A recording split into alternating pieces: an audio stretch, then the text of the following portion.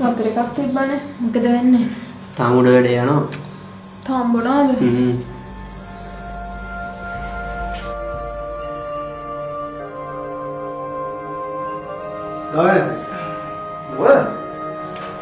මේ හැට රොඩක් ගියා කිව්වා. රොඩ ආගෙන මරගෙන අක්කා අරලා මොවාට කියලා තියනවානේ. යා නිදා ගන්නකම් එන්න එපා කියලා. කොහෙද ඉතින් ඔයාටත් විසේනේ. ඉතින් අසේ විසේටනේ. ඉන්න මම ඉති කරවල එන්න ඕන.